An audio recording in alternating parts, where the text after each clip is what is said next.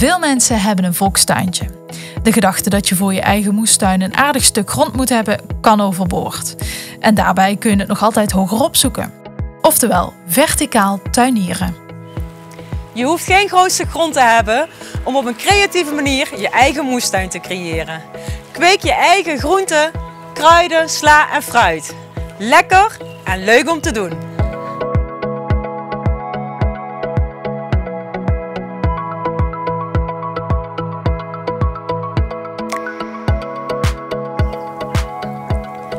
Als je wat meer ruimte hebt, zijn grote bakken of borders ideaal om je moestuin in te maken.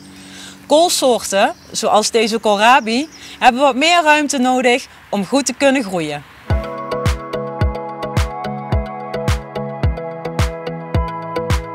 In een grote bak of border is het ook leuk om verschillende soorten samen te combineren.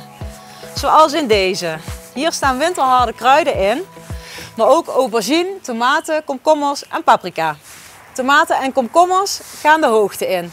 Vandaar dit rekje waar ze mooi tegenaan kunnen groeien. Let er bij deze soorten op dat ze niet tegen vorst kunnen. Mocht het nog gaan vriezen, bescherm het dan met folie of zet het als het kan binnen.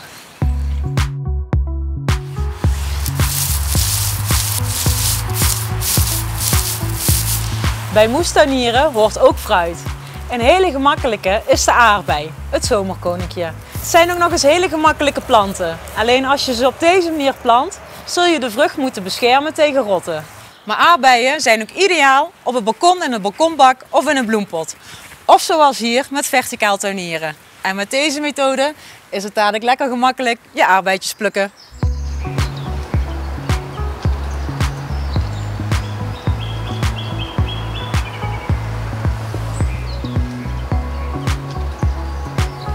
De trend van tegenwoordig is verticaal tuinieren.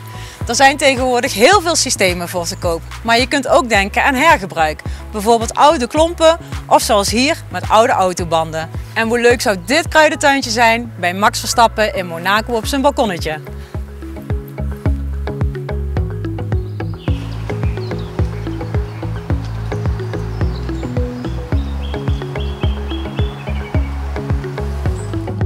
Op een kleine oppervlakte kun je al heel veel doen.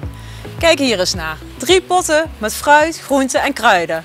Heel gemakkelijk zelf te doen. Deze gaan we nog inplanten met een appel, citroenmelisse, munt, bieslook, peterselie en lavendel. Zorg altijd dat je een goede drainage in de pot hebt zitten door middel van hydrokorrels of scherven. En zorg er bij groente en fruit voor dat je een goede grond daarvoor gebruikt.